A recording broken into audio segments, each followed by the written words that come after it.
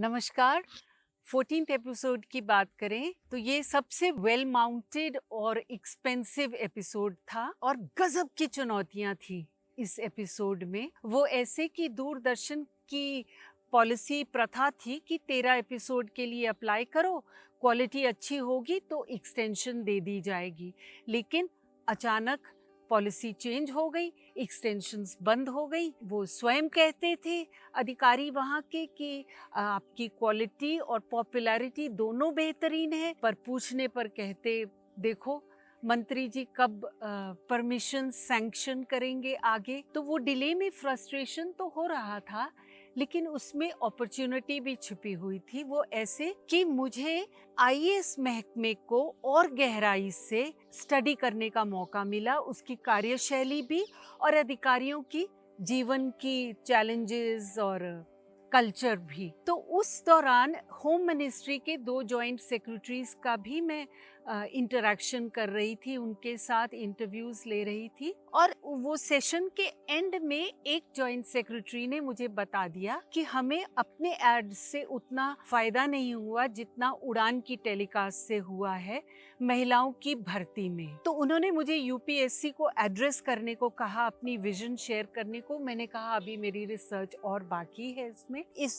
तरीके से मैं पर्सनल मिनिस्टर को मिली और फिर उन्होंने खुद आईएनबी मिनिस्टर के साथ फॉलो किया कि हमारे विभाग को इस उड़ान टेलीकास्ट से बहुत फायदा हो रहा है, तो कृपया इसे आगे दिखाने की अनुमति दी जाए। और मुझे अनुमति मिल गई। हेल्थ चैलेंजेस उसके बाद आगे आ गई। एक आई प्रॉब्लम में डॉक्टर ने कुछ ऐसी मेडिसिन दे दी कि एकदम फूल गई, पूरी सूजन आ गई। 1 महीने बाद पता चला वो स्टेरॉइड्स दे रहे थे। अब मेरे डीओपी बाबा आजमी जब मुझे मिले तो कहने लगे कविता तुम कैमरा तो नहीं अब फेस कर सकती इस हाल में, लेकिन और डिले कितना करते। तो कुछ दिन डिटॉक्स किया और उसके बाद हमने ये तय किया कि कल्याणी को जहाँ डकैतों की मुठभेड़ में चोटें लगती हैं उसके बाद के सीन्स पहले शूट कर लेते हैं, ताकि वो सूजन चोटों की सूजन लग के जस्टिफाई हो जाएगी। लेकिन जो डकैतों के साथ मुठभेड़ थी वो भी शूट करनी थी। वहाँ एक और चुनौती आ गई,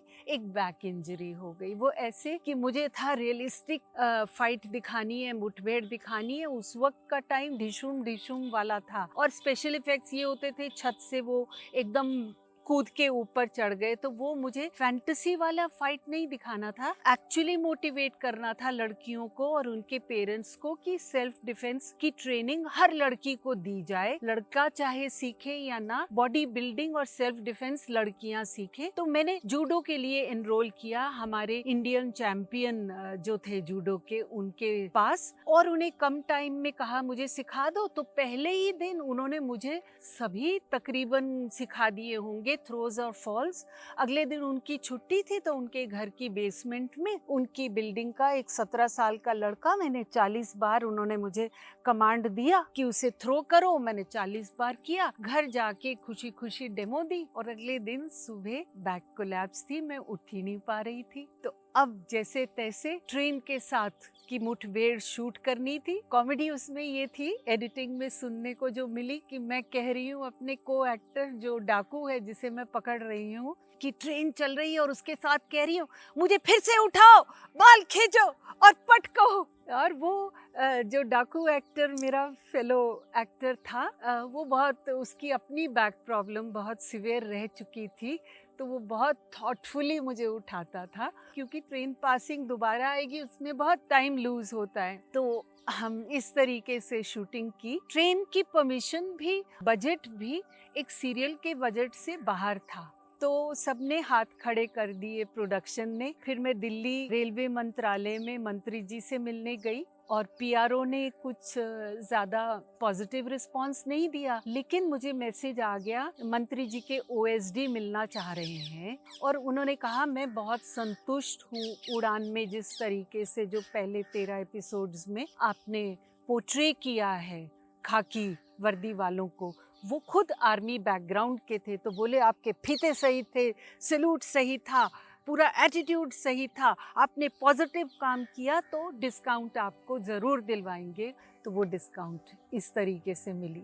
तो 1000 मील की यात्रा भी एक कदम से शुरू होती है। जितनी भी चुनौतियां आए वो एक कदम में हम पूरी लगन और पैशन के साथ डूब जाएं तो यूनिवर्स अपने आप कैसे रास्ते खोलते चला जाता है। और जो डिले भी होती है उस वक्त फ्रस्ट्रेशन होती है, बाद में पता चलता है हम शायद तैयार नहीं थे, इसलिए प्रभु ने वो डिले दे दी।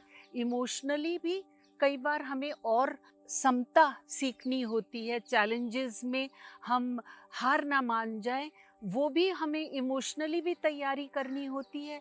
कई बार रिसर्च में और तैयारी करनी होती है। तो ये लॉकडाउन पीरियड भी हमारा वो डिलेज का हमें फ्रस्ट्रेट नहीं करे और इंसेंटिव दे और लर्निंग दे, ताकि हम वो हर एक कदम पे पूरी तरह कंसंट्रेट कर पाए। नमस्कार। हर संडे डीडी नेशनल पर सुबह 10 बजे और सैटरडे रिपीट सुबह 10 बजे।